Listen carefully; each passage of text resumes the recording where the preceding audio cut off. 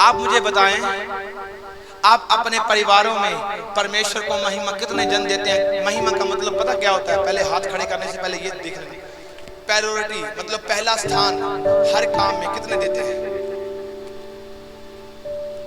Oh thank you. कितने परमेश्वर को पहला स्थान देते हैं?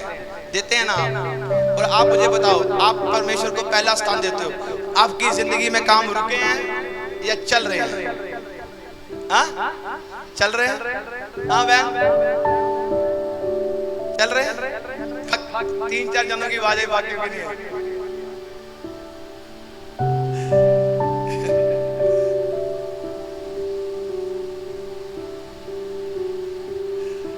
मेरी एक बात सुनो, मैंने कहा परमेश्वर, बीच बीच में आपको समझाता भी जाओ, लिखते जाना, ये पॉइंट बड़े काम के हैं।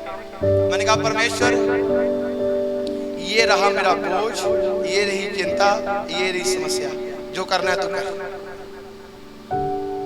मैं तेरे पीछे चलता हूं। प्रभु काम कर रहा है, आपको दिख रहा है? आपका विश्वास बताएगा प्रभु काम कर रहा है कि नहीं कर रहा। आपके मुंह में अगर रिंकल पड़े होंगे, आपके ये हेड पर ऐसे रिंकल पड़े होंगे, दिख जाएगा कि परमेश्वर काम नहीं कर रहा। आपका स्वभाव ऐसा होगा गुस्से वाला, परमेश्वर काम नहीं कर रहा। आपको एक भविष्यवाणी मिली है और आप भविष्यवाणी सुनकर बड़े खुश, 10 दिन के बाद आप मुरझाए हुए, इसका मतलब पता चल रहा है आपका विश्वास काम नहीं कर रहा, परमेश्वर रुक गया है, आप चमक नहीं रहे। सुनो, यहां पर लाइट आ रही है, मानो इस रास्ते पर लाइट आ रही है, आपको दिख रहा है, मेरी बात को ध्यान से समझना। यहां पर लाइट आ रही है, दिख रहा है, बाहर रोड पर लाइट बंद है। यहां तो सफर पूरा करके बाहर का कैसे करेंगे? लाइट नहीं आ रही। मानो मैं यहीं पर, आपकी स्टोरी यहीं पर खत्म हो गई। आप लाइट में थे, आपने स्वर्ग ले लिया,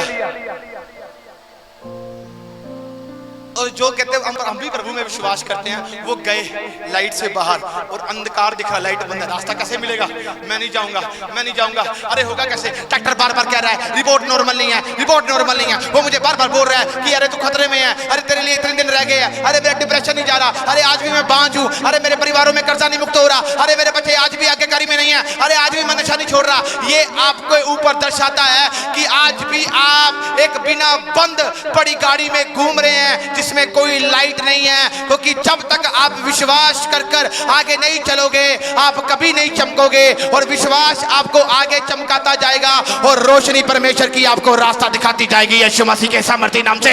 मैंने कहा आपकी तारीफ छोटी है। पादरियों के नंबर 10-10 रखने से कुछ नहीं हो जाना।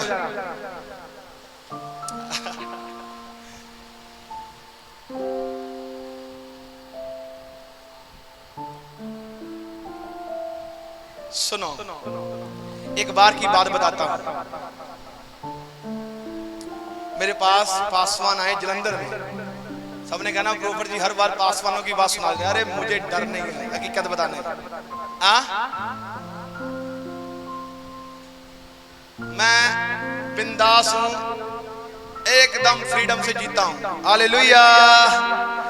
मुझ में कोई रोक टोक नहीं। अगर मेरी गलती है तो मेरी गलती का भी प्रचार हो। खाना खाया, सब कुछ बातें शादी हुई, फोटो में ली, डाल दी फेसबुक में, उनका ही जन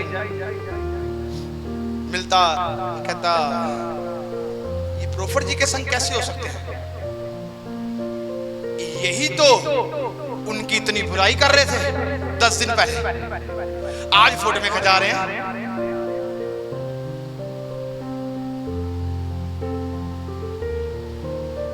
कहता मेरे पास प्रूफ है। ये सुनो,